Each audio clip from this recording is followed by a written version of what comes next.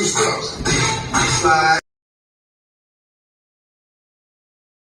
Hozirgi kunda maktabimizda yana bir yangi xorijlik ingliz tili o'qituvchisi Hindistondan kelgan Jubayr Ahmed 2025-yil dekabr oyidan boshlab o'z faoliyatini boshladi.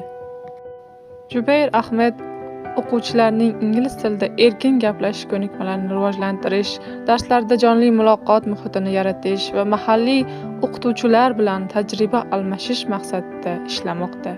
And with that alphabet, you'll make a word.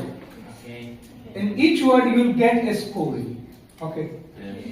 Team 1, team 2, team 3. It's a team 1. Okay. You go to your seat. Okay, next.